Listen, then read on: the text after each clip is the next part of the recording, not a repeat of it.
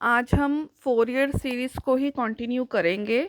Last time हमने discuss किया था in case of product of two functions. अगर दो फंक्शंस का प्रोडक्ट हो तो हम ऑड को सपोज कर लेते थे माइनस के साथ, इवन को सपोज कर लेते थे हम प्लस के साथ। फॉर एग्जाम्पल, अगर आपके पास हो ऑड इनटू ऑड, ठीक है, तो ऑड को हम माइनस के साथ सपोज करते हैं, इस ऑड को माइनस के साथ, और हमें पता है माइनस इनटू माइनस प्लस होता है, प्लस मीन्स इवन। तो दो ऑड फंक्शंस का जो प्रोडक्ट होगा वो इवन फंक्शन आएगा, ये आएगा आपका इवन फंक्शन। नेक्स्ट है, अगर हमारे पास ऑड फंक्शन हो इनटू इवन फंक्शन हो, ऑड को हम माइनस, इवन को प्लस, तो ये आपका आ जाएगा minus into plus, we know it is minus, तो माइनस मीन्स ऑड, तो ये आपका आ गया ऑड फंक्शन। तो इस तरह से हमने देखा कि ऑड इनटू ऑड अगर हो तो वो इवन होगा, ऑड इनटू इवन ऑड होगा, इवन इनटू ऑड हो तो वो भी ऑड बनेगा, इवन इनटू इवन वो आपका इवन बन जाएगा। ठीक है, तो अगर हम कोई एग्जांपल लेते हैं, suppose F of x equal to X cube into sine X. हमें पता है एक्स क्यूब जो है वो ऑड है, मीन्स माइनस, साइन एक्स जो है वो भी ऑड है, मीन्स माइनस, तो माइनस इंटू माइनस ये हमारा बन जाएगा प्लस। तो प्लस का मीनिंग ये इनका प्रोडक्ट जो होगा वो होगा हमारे पास इवन फंक्शन। ठीक है, एक एग्जांपल हम और लेते हैं, सपोज हमारे पास एफ ऑफ एक्स गिवन है X raise to power 4 into sine X. हमें पता है कि एक्स की पावर इवन हो तो वो हमेशा इवन फंक्शन होगा, और साइन एक्स हम पढ़ चुके हैं ये ऑड फंक्शन है, ऑड फंक्शन की डेफिनेशन में देखा था। तो ये होता है प्लस, ये होता है minus, plus into minus minus, minus means odd function. तो ये हमारे पास आ गया ऑड फंक्शन। अच्छा, ये तो हुआ प्रोडक्ट के केस में। ठीक है, अगर सपोज हमारे पास हो डिवीजन,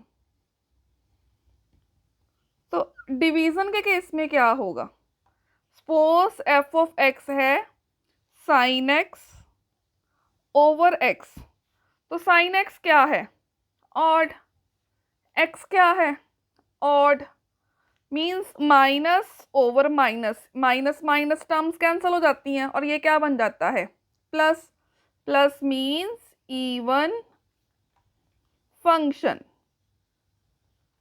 ठीक है, उसके बाद प्लस टू में हमने एक डेफिनेट इंटीग्रेशन पढ़ी थी जो कि अब हमने फोरियर में बहुत ज़्यादा यूज़ करनी है, डेफिनेट इंटीग्रेशन। इसकी हमने क्या चीज़ यूज़ करनी है कि अगर आपके पास हो integral A to B F of X D X, आपको पता जो ए होती है इसको हम बोलते हैं लोअर लिमिट, ये जो बी है इसको हम बोलते हैं अपर लिमिट। ठीक है, सपोज कर लो इंटेग्रल सॉल्व करने के बाद हमारे पास suppose capital F of x आ गए हैं, तो जो लिमिट्स होती हैं इंटेग्रेशन सॉल्व करने के बाद राइट हैंड साइड पे शिफ्ट हो जाती हैं। उसके बाद हम करते हैं upper limit minus lower limit. तो ये जो डेफिनेट इंटीग्रेशन है ये हमने इसमें बहुत ज़्यादा यूज़ करनी है फोरियर सीरीज़ के अंदर। नेक्स्ट है हमारे पास प्रॉपर्टीज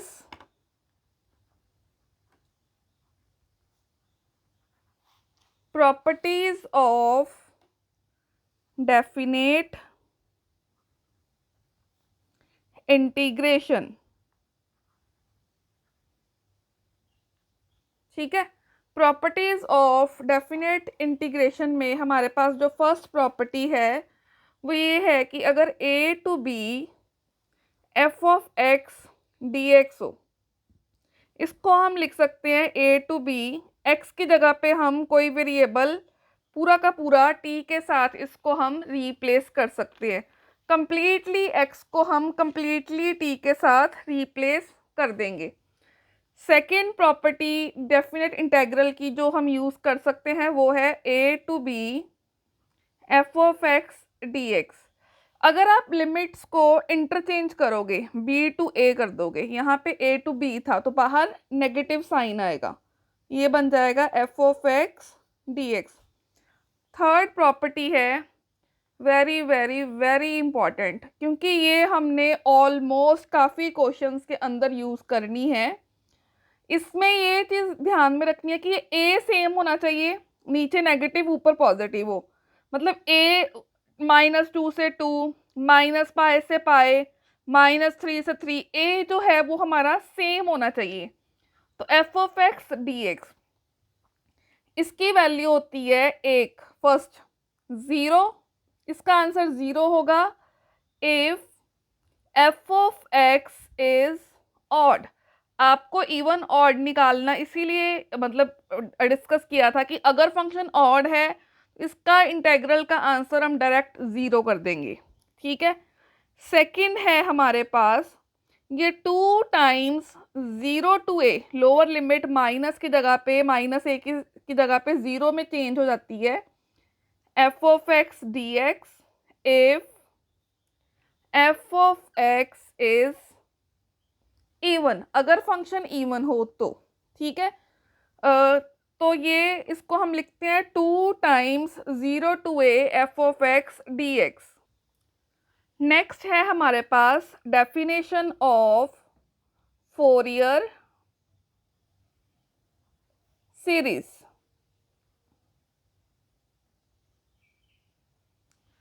अब फोरियर सीरीज की डेफिनेशन क्या होती है हमारे पास, इसकी डेफिनेशन होती है if f of x is function of x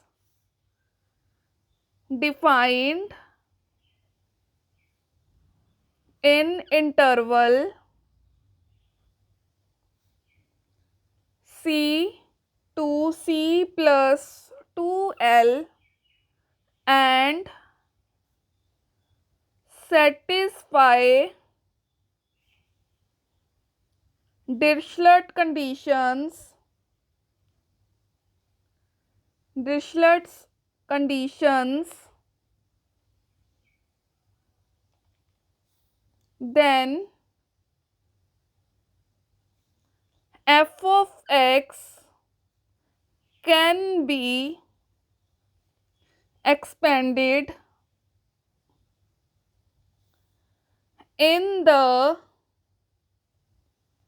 form of infinite trigonometrical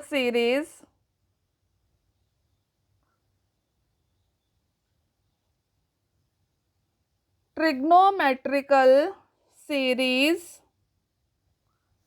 having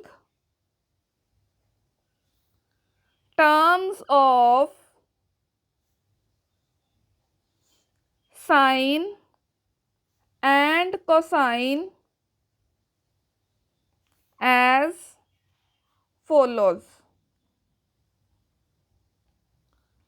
F of x equals to a naught upon 2 plus a1 cos pi x upon l plus a2 cos 2 pi x upon l plus a3 cos 3 pi x upon l plus on till infinity plus b1 sin pi x upon L plus b2 sin 2 pi x upon L plus so on till infinity, or f of x equals to a naught upon 2 plus summation n varies from 1 to infinity a n cos n pi x upon L plus b n sin n pi x upon L, where a naught, a n and b n are Fourier constants given by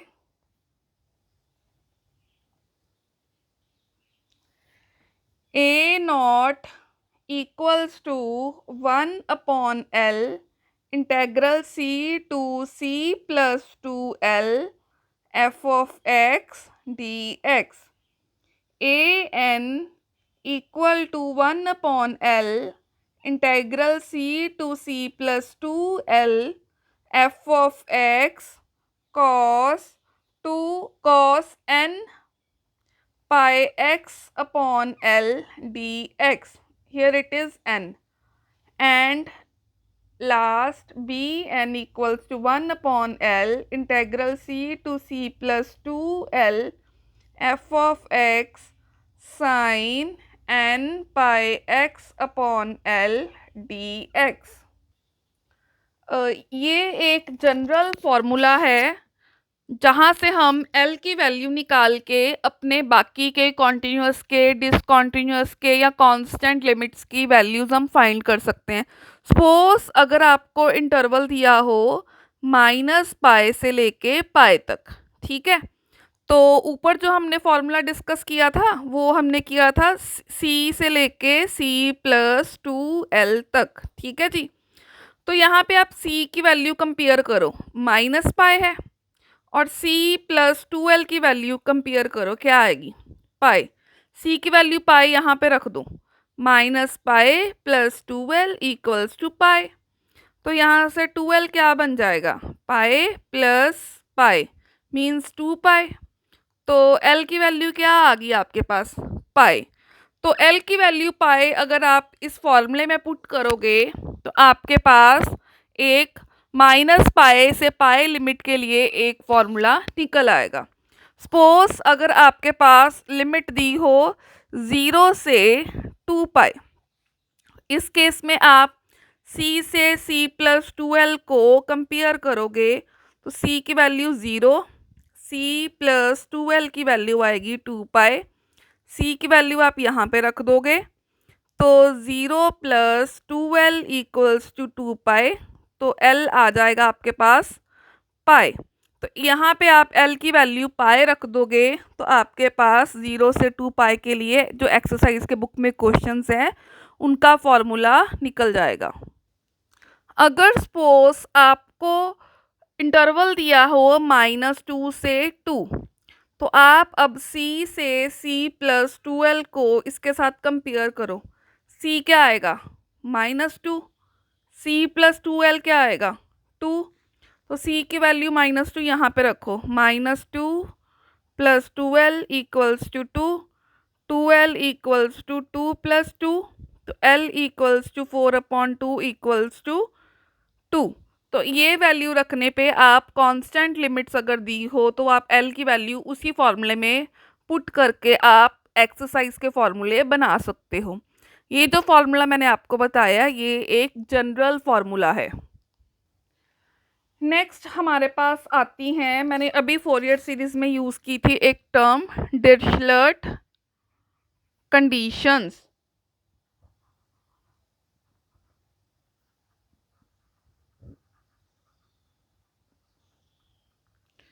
जो डिरिचलेट्स थे इनका सपना था SDM बनने का। SDM एक government की post है, तो एसडीएम तो ये नहीं बन पाए, पर हाँ ये एक मैथमेटिशियन बन गए हैं। और इन्होंने एसडीएम का अपना सपना इस कंडीशन के अंदर ही पूरा कर लिया। एस यहाँ पे होता है single valued, D means discontinuities, M means maxima minima. तो अगर कोई भी फंक्शन फोरियर सीरीज ने, जो यूलर्स ने फोरियर सीरीज बनाई थी, उसने वो कंडीशन नहीं बताई थी, डिरिचलेट ने ही वो कंडीशंस दी कि वो फंक्शन ही फोरियर सीरीज की रिप्रेजेंटेशन की फॉर्म में लिखा जा सकता है जो एसडीएम फॉलो करेगा। मींस हम पीरियोडिक फंक्शन स्टार्टिंग में ही बता चुके थे कि जो फंक्शन है वो पीरियोडिक होना चाहिए। F of x should B periodic, ये तो हम पहले ही डिस्कस कर चुके हैं। सेकेंड कंडीशन है हमारे पास F of x should be single valued, S means single valued. Third है f of x should have finite point of डिसकॉन्टिन्यूटीज।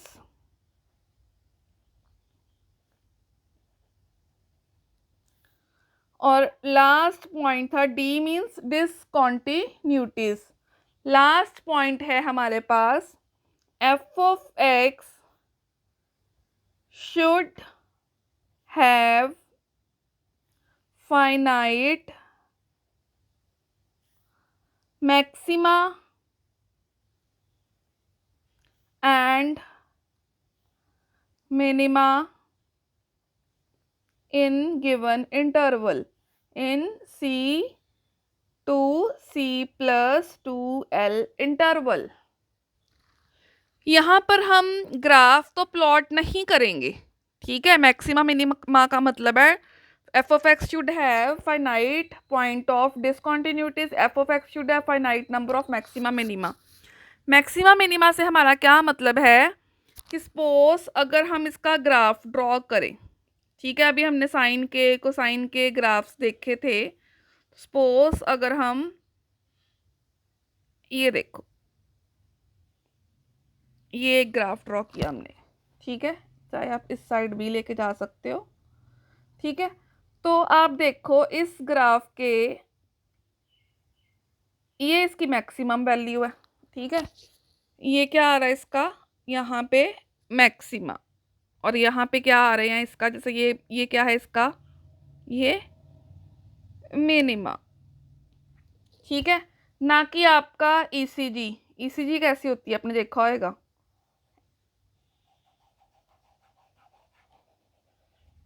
ECG की तरह आपका नहीं होना चाहिए, ठीक है। जैसे साइन और कॉस के ग्राफ में जो मैक्सिमम वैल्यू है वो 1 होती है, जो मिनिमम वैल्यू है वो -1 होती है। तो इसके पास जो मैक्सिमम मिनिमा है वो फाइनाइट होने चाहिए। अच्छा, डिसकॉन्टिन्यूटीज में से क्या मतलब है हमारा, अगर मान लो आपके पास फंक्शन गिवन हो f of x equals to suppose cos x, ठीक है, और इंटरवल हो 0 से लेके 2 पाई सपोज, तो ये कॉन्टिन्यूस फंक्शन है, ये सिंगल वैल्यूड फंक्शन है, सिंगल वैल्यूड। अगर आपका फंक्शन 2 वैल्यूड हो, 2 वैल्यूड मतलब ब्रेक हो, जैसे सपोज साइन एक्स हो, साइन एक्स हो जब एक्स माइनस पाई से 0 के बीच में और एक्स हो, या कॉस एक्स हो जब एक्स 0 से पाई के बीच में हो, तो ये फंक्शन ब्रेक हो गई, ठीक है। सपोज यहाँ पे अगर कॉस एक्स है, एक्स है, कुछ भी है, मतलब अगर तो हमारा फंक्शन ब्रेक हो गया, ठीक है, एक फंक्शन है साइन एक्स, एक फंक्शन है कॉस एक्स, फंक्शन क्या हो गया अब ब्रेक, तो मतलब वहाँ पे डिसकॉन्टिन्यूअस हो गया फंक्शन, ठीक है। अगर पूरी डोमेन में एक ही फंक्शन है, ठीक है, गिवन हो, जैसे suppose F of x equal to cos x, पूरी डोमेन में एक ही फंक्शन है, यहाँ पे माइनस पाई से पाई डोमेन के बीच में 2 फंक्शन आ गए हैं, ठीक है। अगर तो फंक्शन ब्रेक है तो वो डिसकंटिन्यूअस हो जाएगा। तो अगर फंक्शन सिंगल वैल्यूड है तो ये सिंगल कॉन्टिन्यूअस होगा। तो मतलब वहाँ फंक्शन के पास क्या होनी चाहिए, क्या स्टेटमेंट है, फाइनाइट डिसकंटिन्यूटीज।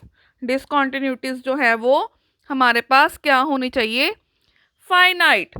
हो सकता है फंक्शन 3 पार्ट्स में डिवाइड हो, ठीक है, हो सकता है जो आपको गिवन फंक्शन हो वो आपको 3 पार्ट्स में डिवाइड हो, ठीक है, 3 पार्ट्स में डिवाइड हो। ब्रेक आ गई यहाँ पर भी, तो यहाँ पर भी फंक्शन क्या हो गया हमारा, डिसकंटिन्यूअस, ठीक है।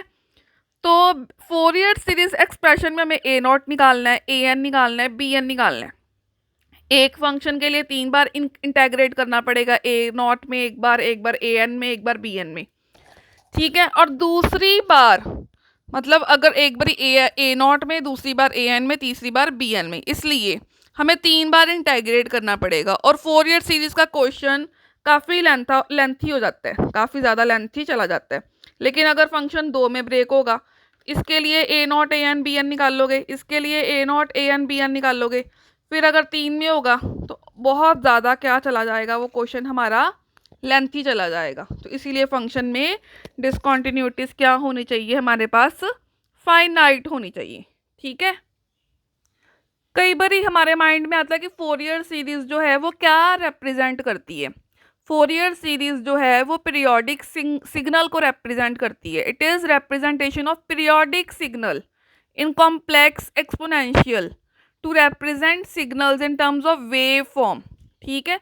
जैसे अगर आप कोसाइन का ग्राफ देखते हो, कोसाइन का ग्राफ हम आगे भी देखा था, ऐसे होता है, ये क्या चल रही हैं, वेव्स, ये आ गया कॉस, ठीक है।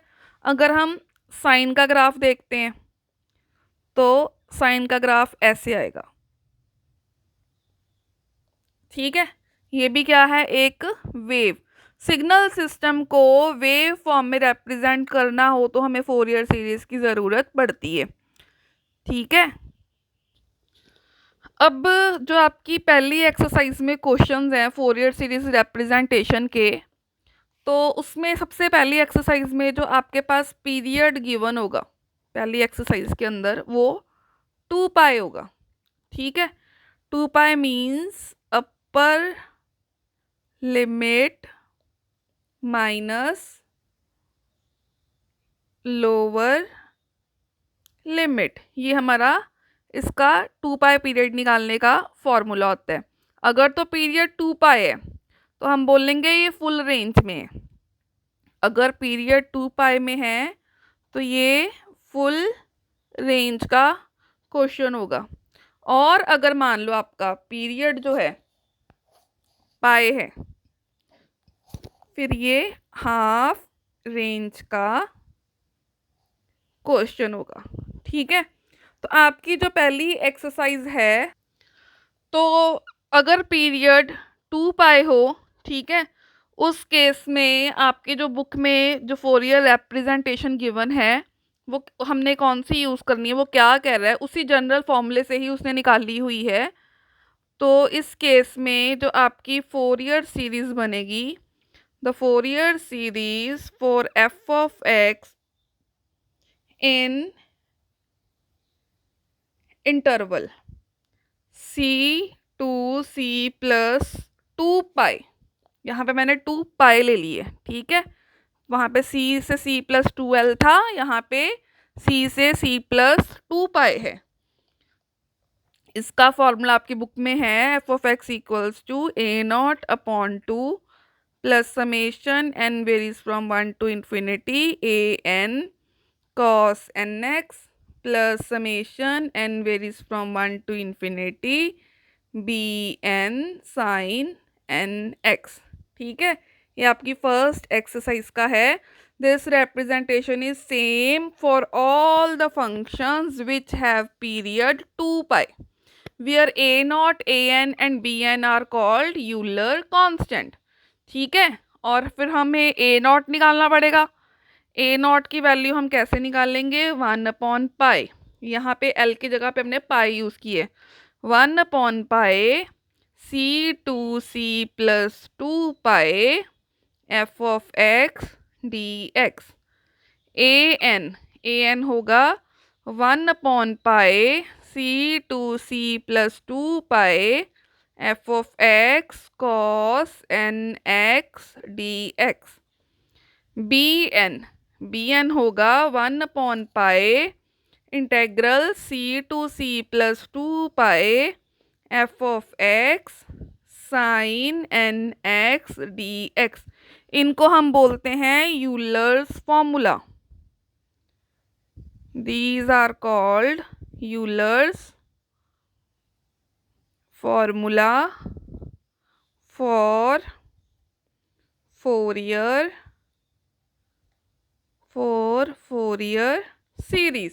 ठीक है, to express any function f of x in Fourier series f of x को डिरिचलेट कंडीशन सेटिस्फाई करनी पड़ती हैं।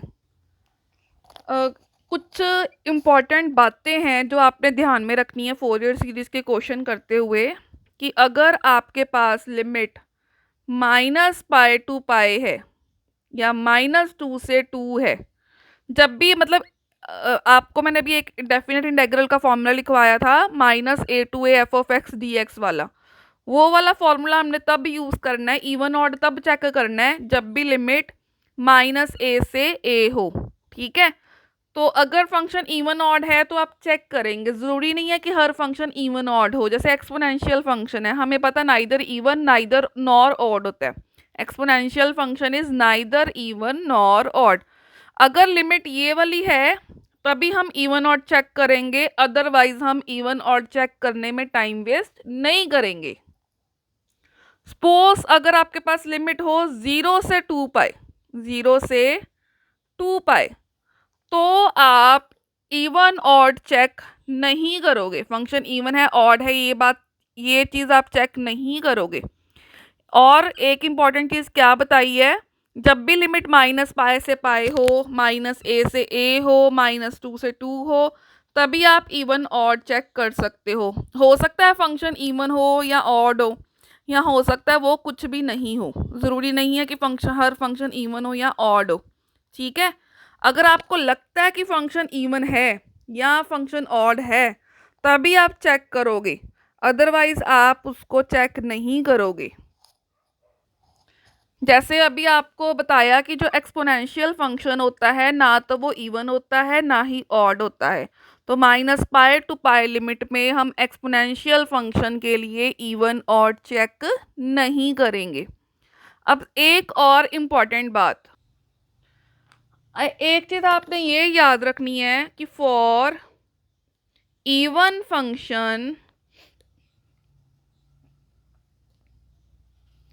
जो इवन फंक्शन अगर गिवन होगा तो bn जो होगा 0 हो जाएगा। ये आपने -a से a के केस में ही चेक करना है। ठीक है, और अगर जो आपका फंक्शन ऑड होगा, फॉर ऑड फंक्शन a0 और an ये दोनों 0 हो जाते हैं। कुछ इम्पॉर्टेंट रिजल्ट्स है जिसको हम क्रॉलरी भी बोल सकते हैं, क्रॉलरी 1। ये क्या है, अभी जो मैंने आपको अभी ये फॉर्मूला बताया था c से c+2 पाई के लिए। ठीक है, अभी हमने एक फॉर्मूला किया c से